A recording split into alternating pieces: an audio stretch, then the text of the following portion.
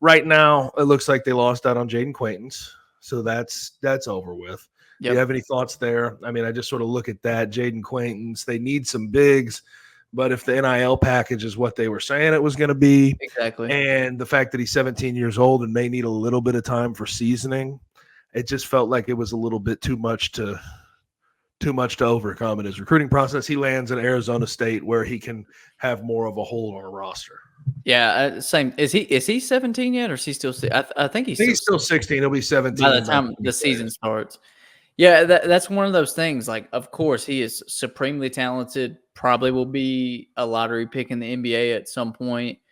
But it's like, does it take him a year? You with him being so young and so raw, raw may be unfair, but just young. Like, do you allocate those resources to someone that could take a year or two and Right. could eventually leave? Like, if you knew 100% one and done guy going to come in, but it's just it's one of those difficult things of, do we allocate these resources to players that are proven and that we know can help now and maybe have 2 or 3 years of eligibility left, or do we allocate them to a 16, 17-year-old 5-star that is a little bit more of an unknown because you just haven't seen Right. him play at this level yet? So I think you can go either way, and you can probably be right either way depending on how it shakes out. But personally, I do like building the roster with guys that have done it at this level and been successful, rather than what was reported of $1.5 to $2 million for Jayden Quaintance. Well, That is a pretty penny for one player. yes.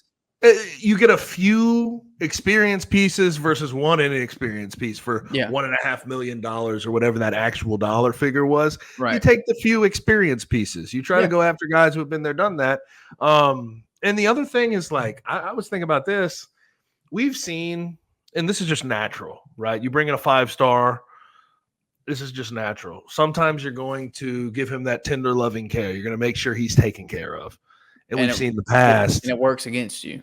that Penny struggles sometimes in those moments. And sometimes he does well because, like, you have to give him credit where credit's due for Precious Achua and Jalen Duren. Yeah, They were phenomenal when they were on campus. But but there is the Amani Bates Amani thing. Bates, Musa Cisse. Yes, like, we've seen situations where you don't want to bring someone on campus for that type of money when they're inexperienced, and you may be going out of your way to play them just because you feel like you owe them something. I think it's nice to not see him in that particular situation.